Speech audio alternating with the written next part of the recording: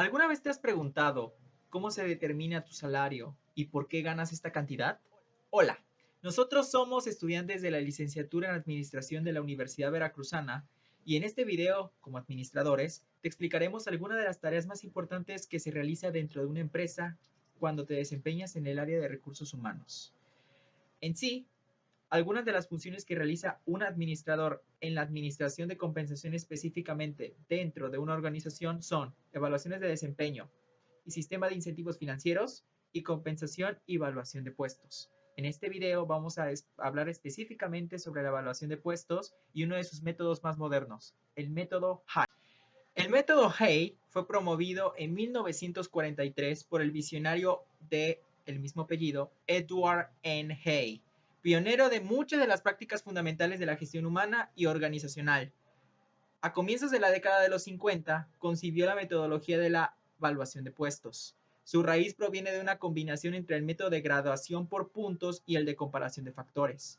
Es un método empleado, el método Hay, en las empresas grandes, mayormente para puestos gerenciales, profesionales y técnicos. Ha sido implementado en las mejores empresas del mundo durante muchísimos años y en más de 44 países. Algunas de estas grandes empresas son, por ejemplo, Google, Nike, Samsung, Amazon, Apple y Disney.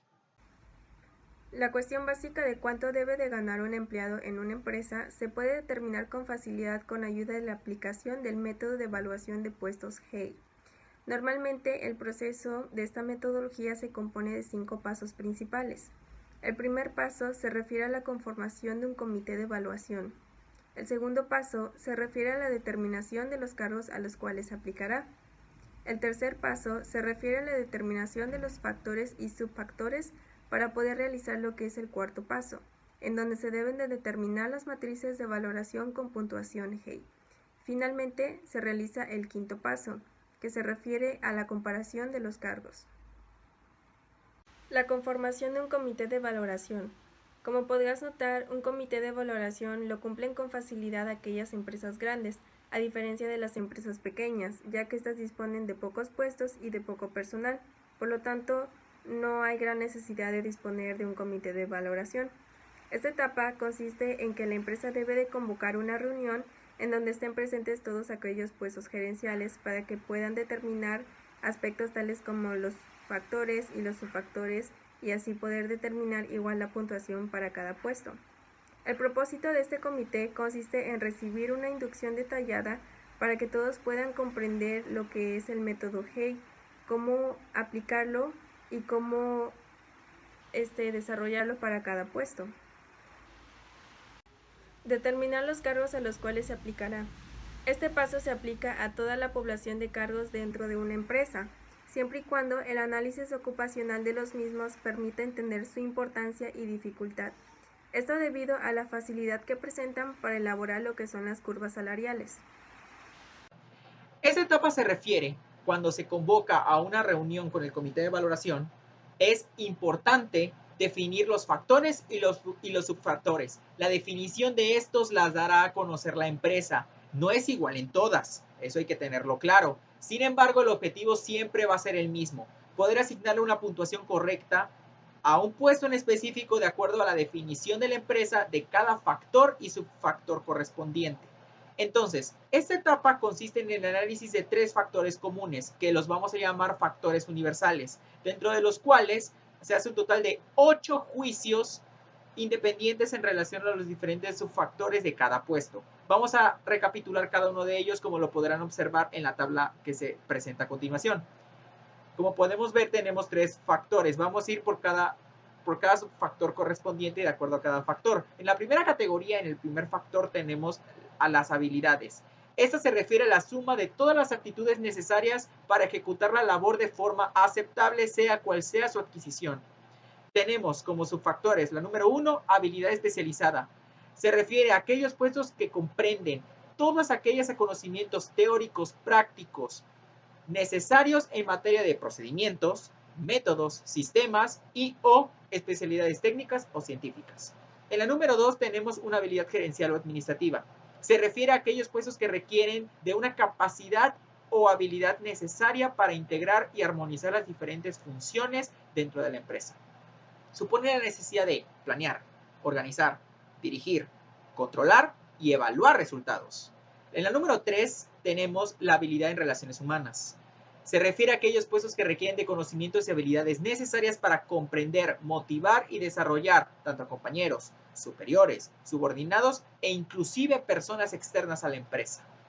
Como bien comentamos, ahora viene el segundo factor que se le va a llamar solución de problemas. A esta se refiere a la iniciativa que el puesto requiere para identificar, definir y resolver problemas. Como fundamento en los conocimientos del titular puesto. Tenemos como subfactores en este factor, número 1, el marco de referencia. Se refiere a aquellos puestos que requieren de reglas, métodos, procedimientos claros, que limitan, definen, orientan y regulan la actividad mental requerida. Como número 2 tenemos la complejidad de pensamientos. Se refiere a aquellos puestos que requieren de una capacidad para identificar, analizar y solucionar un problema. Ese tipo de pensamiento debe de categorizarse para que pueda generar y resolver problemas en el cargo. Y como último factor tenemos el factor de responsabilidad por resultados. En este factor se debe de medir los efectos que tiene el cargo en los resultados finales de la organización.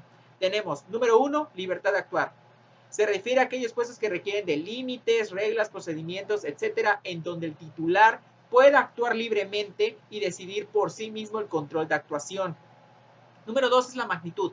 Se refiere a aquellos puestos que requieren de montos o volúmenes sobre los que se tiene responsabilidad en el puesto. Es decir, la porción de la empresa comprendida por el interés gerencial del puesto, ya sea muy pequeña, mediana o grande. Y por la número 3 tenemos el impacto. Se refiere a aquellos puestos que requieren de forma tanto directa como indirecta, en donde las actividades del cargo pueden afectar el logro de los objetivos finales de la empresa.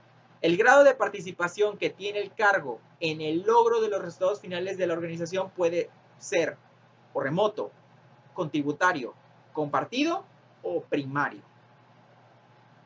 Paso 4. Matrices de valoración que emplea. Una vez la empresa junto con el comité ha definido los factores y subfactores, se puede proseguir a asignar una puntuación en cada uno. En esta etapa las empresas se suelen apoyar de 3 tablas o matrices con valores establecidos en 1951.